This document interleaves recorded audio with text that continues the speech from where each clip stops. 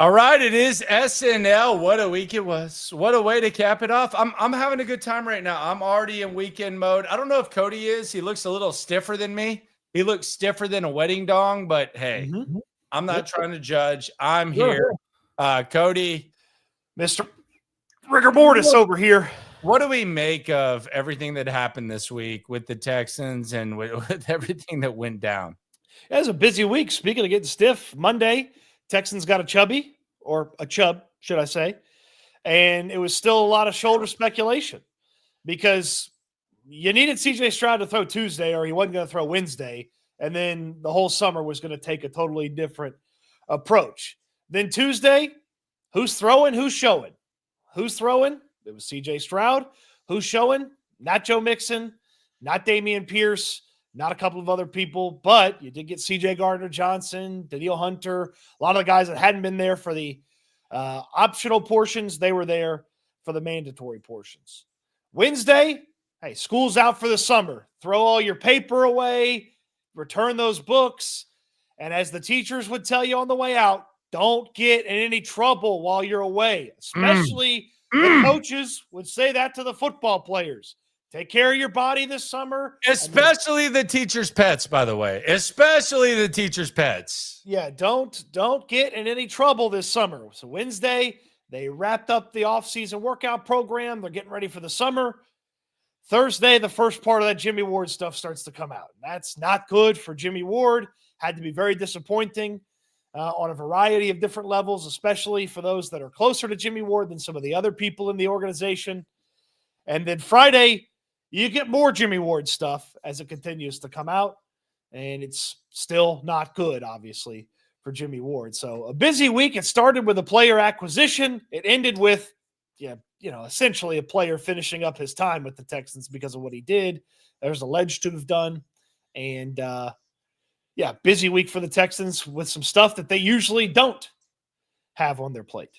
Yeah, really interesting week because it was, will CJ throw or will he not? And he ended up throwing, and it was kind of like, okay, well, all right, well, hey, let's put that to the side. And then D'Amico went up there and said what he said, and really wasn't much to do. Like, it was like, we got 40 days off, and then we'll figure some stuff out. And then the Jimmie Ward stuff happens, and damn, it gets a little bit intense, and D'Amico Ryans has to figure his stuff out. As far as the latest on Jimmie Ward, really not much more to report. It hasn't gotten much better. I know the Chronicle has put out reports that his fiance, I guess, ran away after he choked her and slapped her and all that. But other than that, we really don't have much more from that. One of the newest piece that I did see from the Chronicle was Jimmie Ward's going to have to wear a GPS monitor while out on bond, which that's never good for it's never good for the argument of did you or didn't he or what happened. That's not good. And I have to imagine part of that is, making sure that, she was granted an emergency protective order against him, making sure that he doesn't go near her too, I suppose. So, it's not getting any better for Jimmie Ward. Yeah, it's not. And you got to, I don't know how the Texans even handle this. You can't. When does he get released? It eventually happens, but when do you think this happens, Stutes? Maybe next Friday, after you've been gone for a week and it's late on a Friday afternoon. It's going to hit the wire. It's going to be something that multiple organizations, not just Houston. It's not like MJ Stewart getting released. It's a guy that had an off the field issue pop up, and they're going to get rid of him, and that's going to be, it's going to be noted by the Rappaports and the Schefters, and Florio will have an article on it. It's not going to go under the radar whenever you do it, but the deeper into the summer, later on a Friday or later in the day, it's life in the news cycle is a lot shorter. Yeah, it's something that you kind of respect, but I mean, definitely respect, but it's just, it's a weird situation, the Jimmie Ward thing. Like, I don't know. There's no, like, if you have an opinion on it, then you're just a weirdo. Honestly, like you're kind of a weirdo if you have an opinion on it based on the information that we have right now. The league's not going to do anything for them either. It feels like in the past. And I don't know that they want that. They wanted it with Deshaun. Like with Deshaun, it's kind of different though. Yeah, but like in the past, the league has acted a little bit quicker, and there have been some exempt lists and guys put on exempt lists a little bit faster. But it feels like in recent years, the league has taken a bit more of a hands-off approach, and it's a little bit longer. So it's not like they're gonna, hey, we're putting them on the commissioner's exempt list. You can I don't let it know all if they play. even care about exempt lists at this point with Jimmie. Yeah, I mean, look, they may just be getting ready for what the best time. I mean, his contract was given because D'Amico knows him. Like, let's just be serious. Like, let's just be honest. Let's be real. Like the contract that Jimmie Ward got was not because how good of a football player he is. It was given because D'Amico Ryans likes him. D'Amico Ryans respects what he brings to his defense, and it was given because D'Amico is biased towards Jimmie Ward. Period. Point blank. End of story. Like we said that before, and we'll say that right now. Like that's the reality of the situation. He should have never gotten a contract extension in any other situation. And we've talked about this. This isn't hindsight. He got this because, and I covered it yesterday. I covered it throughout when Jimmie was signed by the Texans. Jimmie and D'Amico have a close bond. The only reason he's even under contract with the Texans is because of his bond with D'Amico Ryans. So this is really on D'Amico, 100%. Like this is on D'Amico Ryans. How are you going to handle this? This is your boy. This is your guy. You gave him a $10 million, whatever the hell the extension was, that he gave Jimmie. This is on D'Amico Ryans. How are you going to handle it? Because the only reason that he's under contract right now, heading into year 12, is because you like him and because you brought him in. So how are you going to handle this now? This is on D'Amico, 100%. Don't clear D'Amico of what this is. He's got to handle this. But I think it's a pretty. I mean, if I was D'Amico Ryans, I don't care what his relationship is anymore. I just get rid of the guy. You can't have any of those ever, really.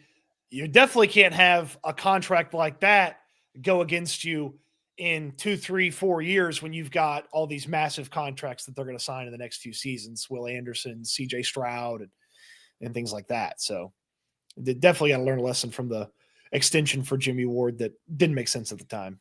So me and Stutes were at a lunch together, and I feel like he's a little annoyed with me right now. Stutes, you good? I'm great, man. Nah, for real. You good? You're seeing something that's not there. About what? You said I'm annoyed with you. I'm not annoyed with you. No, I'm just asking. I'm just making sure. Yeah, well, I told you I'm not annoyed with you. You're good. Okay. We're good. All right, let's go to the super chat. You ain't never hate. Swarm. HGAV. Good to see you, my friend. Afternoon.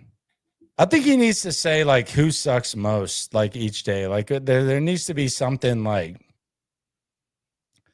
different about his afternoon. Like he needs to say something like Cody sucks more than Landry or something like that. Like it needs to be like a. You want him to give like a status report on the status report. Cody's the worst. Landry's the worst. Who's the worst? You want him to like grade the previous show or grade the show as it's going? Or yeah, who was worse? Okay. I must pan a link. Man, I can't believe she's even functioning right now. She's an Oklahoma City Thunder fan. If they lose today, they're done. She says, happy Friday. Never let Cody wrap up the week again. My goodness, started with a Chubb.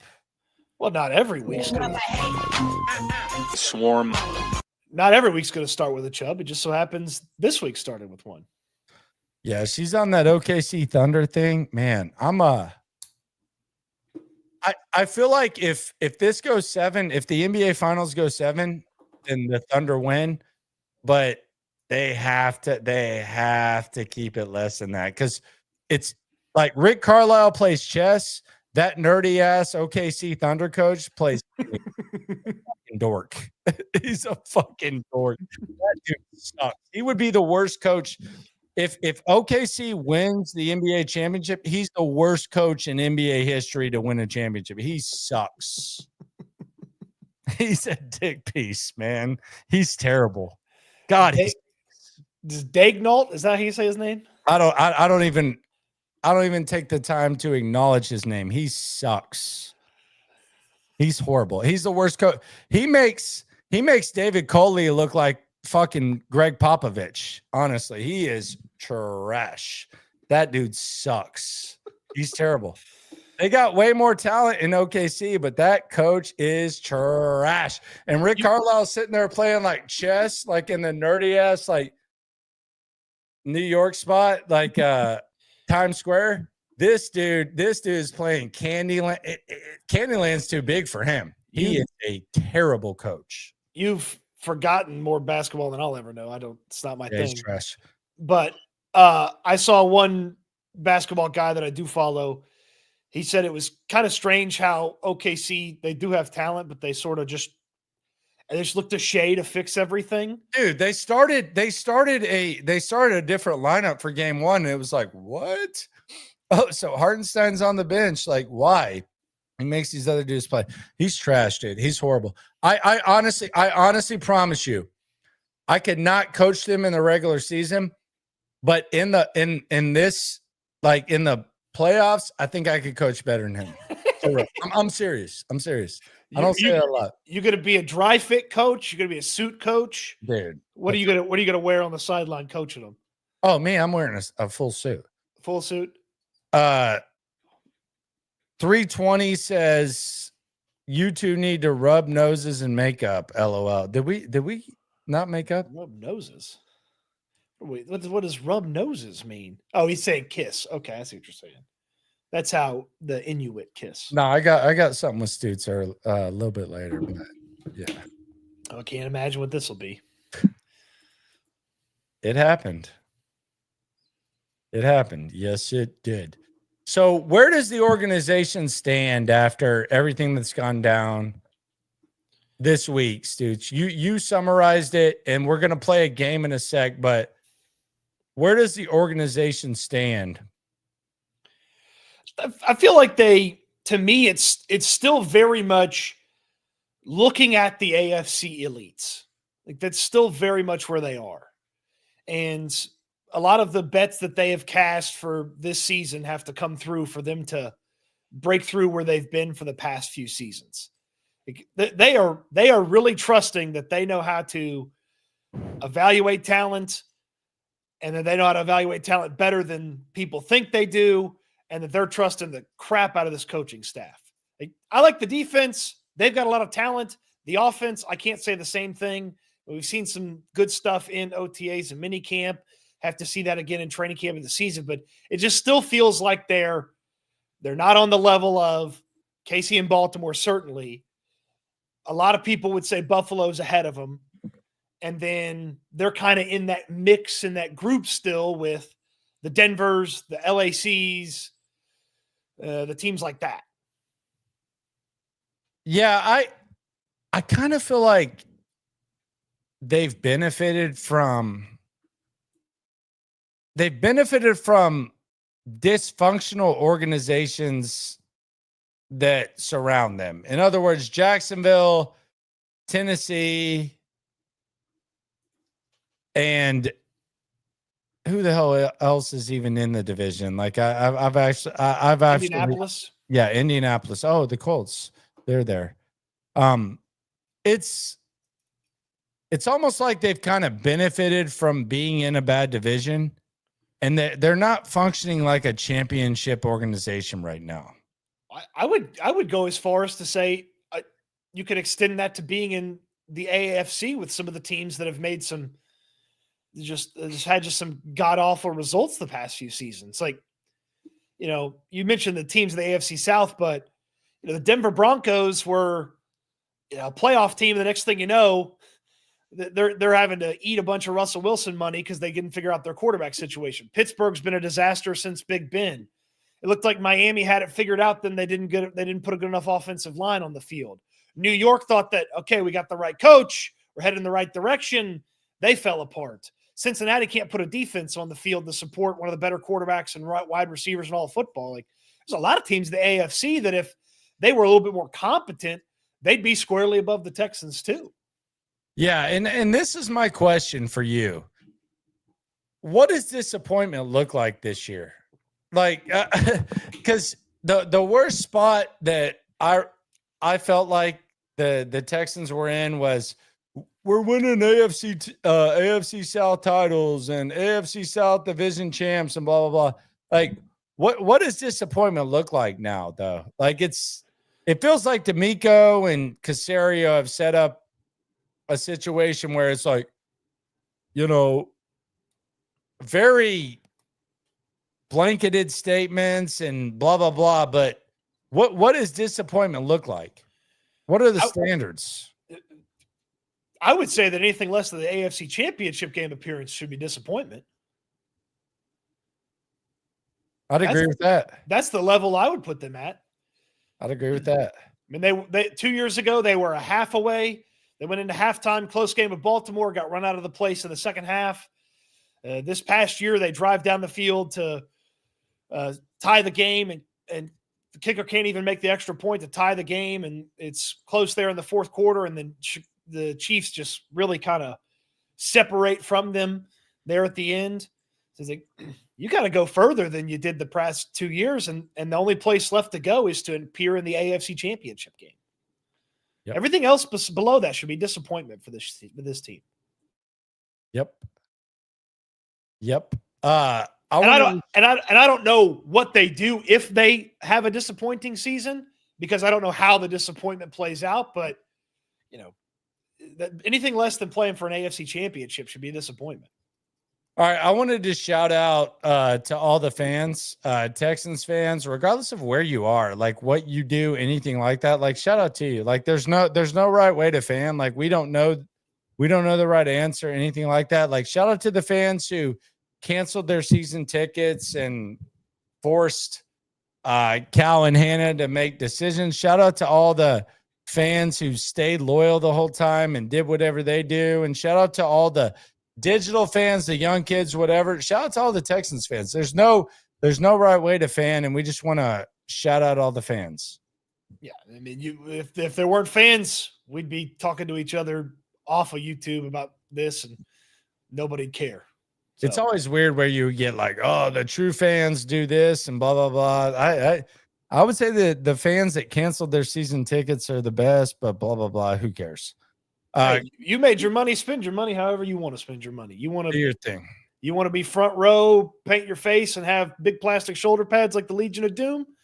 Be my guest. You want to go once a year and leave at halftime? Sure. Yeah. If you're just either or whatever. Cody has OTA minicamp questions, and I am very much looking forward to these.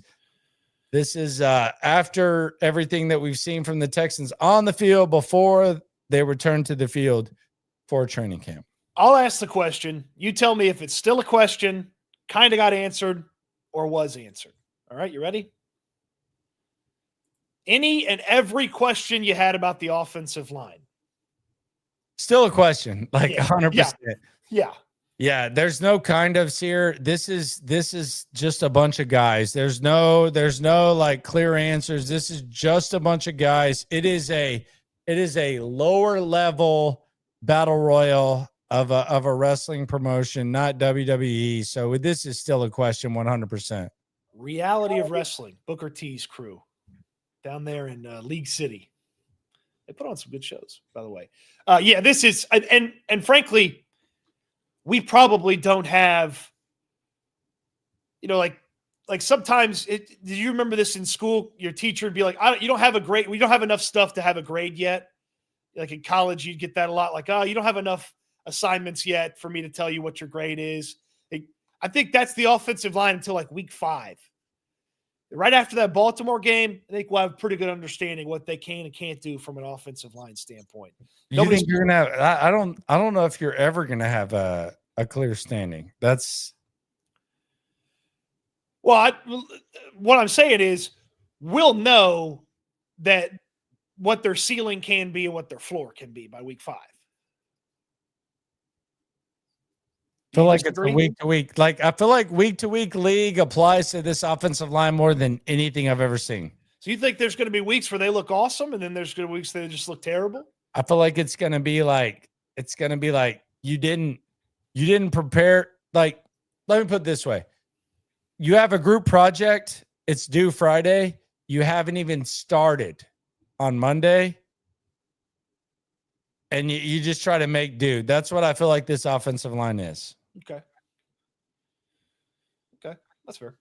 All right, my next question, and this is probably, I mean, it didn't have as much of a health component to it, is what is your general and how much is there concern for CJ Stroud heading into year 3? It's a lot. I mean, the shoulder's been a problem since he was at Ohio State. So my concern's high, man. Like it should be high. Like you should acknowledge that your quarterback has shoulder issues, especially if those have lingered for. And I always have to look at the lower right. So I'm not like spazzing out, but I'm looking down and I'm seeing on my computer, it says 6-23-25. I know his first shoulder issues were 21. So for 4 years, CJ Stroud has had shoulder issues. They're always going to hang around. It's the most important body part in Houston sports. So yeah, it's always a concern, the shoulder. And we've seen it with the Texans. I feel like there's some additional concern outside of the health part too, is just this is the year he's got to prove he's a gazillion-dollar quarterback too, especially if they're going to give him more. He asked for more. He's talked about how he's gotten that already in the offense. Okay, let's go prove you're a gazillion-dollar quarterback. They're going to pay you. He's getting the contract. It's just going to be at the end of the season, are we comfortable with him having that contract is probably one of the things that needs to get answered this year. Yuppers. Backup running back. Who is it? It's Nick Chubb. I mean, it's definitely going to be Nick Chubb. Is Nick Chubb good? Don't know. Is he a better version of Cam Akers? We'll see. But I feel better about it. I feel better about it for bringing him in because they ignored it up to this point. So I guess the answer to your question, better. It would be very disappointing if they felt like there were big questions about Joe Mixon and they went into the offseason and operated for the running back room the way that they operated. It'd be very disappointing if that was the case. Because if you've had any question about Joe Mixon, you should have operated a little bit differently from a running back standpoint. Yeah, I'm good on that. Running back, Nick Chubb, cool. We're good. The wide receiver room makeover, has it impressed you yet? Yes. I feel like I know every wide receiver that's going to make the team. I know Cody's a little bit more generous than me, but I would say that I feel like they're going to keep 6, and I feel like I know all 6. And I think Xavier Hutchinson has done an amazing job of being better, and he flashes a lot more.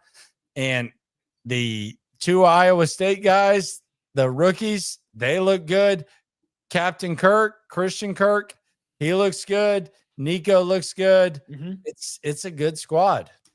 I mean, my thing is are they keeping 6 or are they keeping 7? And if they only keep 6, what kind of special teamer do you want in that 6th spot?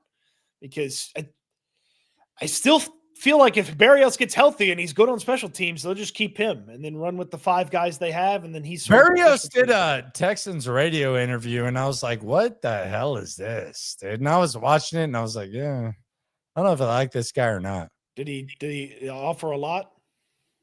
No, he was trash. I mean, he wasn't. I know he's out there on 20th Street a lot. Yeah, it wasn't. It was just kind of weird. It was just kind of like. They ask him about going to Austin's over there on 20th Street all the time. It was just kind of corny. Like, it was just kind of like he was talking, and it was lame. And then they act like, oh, well, we'll ask you about your wife. Hey, Vandy's. Why did I do that? But oh, no. That's not how Vandy sounds at all. But they were like, oh, this is random. Why did I do that again? But they were asking him about, like, his famous wife. Yeah, and it was like, okay, like why else would you have him on? Like, I mean, you're not asking any other wide receiver, like whatever. Like, what is that? He hasn't even been practicing. He's been working out on the side. Yeah, like, and I love Vandy, and I'll talk to Vandy about this. I'll text him like blah blah. But it's like, he's like, oh, hey, we'll ask you about this, dude. The whole reason that he's here and the whole reason that you're even asking about this is that, like, come on, Vandy. Yeah, I love you, bro, but come on, man. Be serious, dude. And my final question I have for you, Landry, where should we be on Christian Harris? Very high, because the expectations are very low. This penny stock, it's the best stock that you can have. Like, get on it. It's awesome. I'm on. Actually, I don't think there's any left because I bought it all out. But Christian Harris is the man. Last year, you kind of felt like you were dependent on him. He's gonna be the man, dude. Like, let's get on that. I've put him squarely in the gravy category. Whatever you get from him is extra. I'm not depending on him. Yep. So he's in the gravy category for me. Yep. All right. There are my OTA minicamp questions that I wanted you to answer. There you go. Perfection. So we got some answers on running back, wide receiver Christian Harris. Maybe not as many answers on the O-line, CJ Stroud, and so on. Maybe not. So today, Cody got mad at me. For what? You don't remember? No. We were hanging out for a person. Cody showed up. Didn't order a drink at the bar. I'd already ordered a drink at the bar. Cody came through, and Cody would not order a drink at the bar. And he wouldn't sit there either. He was sitting behind me. I was standing behind you. Standing behind me. And I called Cody out for standing behind me, and he got mad at me. I thought we were going to sit down at a table. I did too. Like, the person that organized it was late. They did not tell us how many people to get the table for. And so you got there early. You were at the bar. I got there. I mean, I knew we had at more than 4, but I didn't know if we needed to like pull another table together. And then that person that organized it showed up, and then he didn't get us the table. He sat down at the bar. And then I said, okay, the waitress, the bartender, who, by the way, I talked to, and this was kind of like an extra thing. She'd worked at the previous location, and she came here, and like it was like a big thing. And I'd order a drink. Cody would not order a drink, and he was just sitting in the back. He was just sitting in the back, and I was just like, and I talked to Cody. I said, man, just sit down. If you're not going to order a drink, it's fine. Just sit down. And then as soon as I told him that, he got mad at me. I mean, mad is a generous. It's doing a lot of lifting here. That was mad is not what I would say. Very mad about the Krispy Kreme conversation we had. He was not a fan of the Krispy Kreme hate. No, but the Rhino's the dude that like goes to the Krispy Kreme drive-through, and he gets like the donuts, and then like it's almost like a revamp. So it's not like what did you just say? It's like a revamp. A revamp. Yeah, you ever eat fast food and it's like a revamp? A Krispy Kreme, like a Krispy Kreme donut, like when you go through the drive-through, can be like a effing revamp. It's very rare though. Like they didn't maximize the opportunity. It's probably the reason they're not in Houston much anymore. Exactly. The Krispy Kreme did not maximize their drive-through opportunity, but like it can be a revamp if you just go through at the perfect time. It's very rare. It's probably like 3%. Have you ever had the cheeseburger basket from Pappas? No, I'm not doing that. I don't even like, I don't order burgers when I go out. So I'm not really like a burger dude, but I get what he's saying. Okay. You don't. It's you eat a fast food burger. You don't eat a burger at a restaurant. Is what you're saying. No, I'm not going to a restaurant and getting a burger, man. Gotcha. Like it's gonna be a chicken strip or You'll get a wrap though, or a sandwich. yeah, a wrap, but I'm not getting a burger Gotcha. at a fast food. Are you? Well, at fast food, I get a burger, but at a sit-down restaurant, I probably, unless it's like they do something that I can't make at home.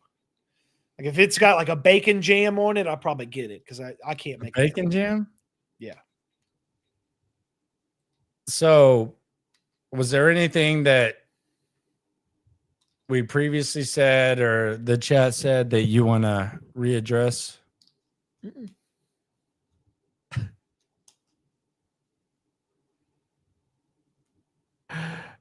Texans Tangent says Cody Landry trying to set you up. Into joining Jimmie. No, that is not an activity that I participate in. What? Nope. No joining Jimmie for me. Okay. Anything else we want, man? I think we covered it. It's a pretty good Friday. Was it good? Good Friday. What were the worst parts of it? What were the worst parts of my Friday? Yeah, be honest. Like, The lady at FedEx Kinko's had no energy. what happened? She just seemed miserable. I don't blame her, man. That sucks. And like I think that You know, I used to work at FedEx, right? yeah, I know that. But not but you worked at not like a Kinko, not like a Kinko. Bro, I was the top morning show dude, and I was I was on the goddamn truck. Yeah. That's different than working in the copy store, basically. She was not having a good Look at day. this. I'm not making this up, bro. Look at that. There you are. Cleveland, Ohio, right there, homie.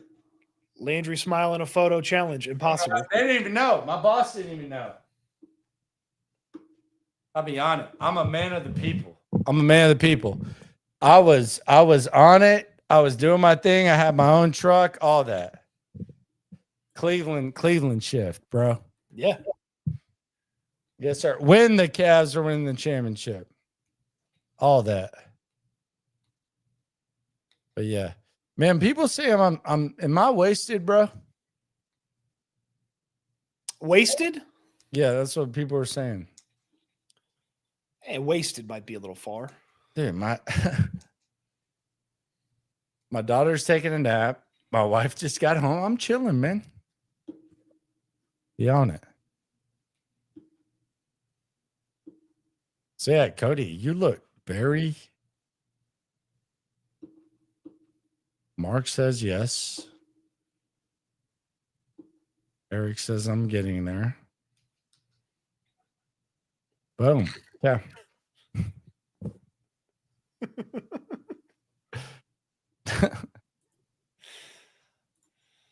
Brandon doing his thing.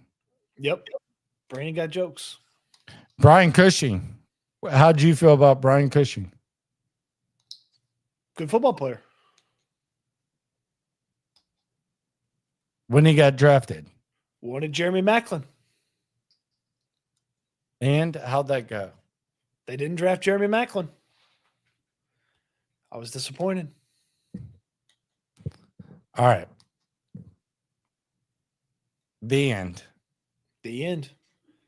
Subscribe, like, right along. Always remember when it comes to this Texan stuff, we're all in it together. I'll talk to y'all at 10:30.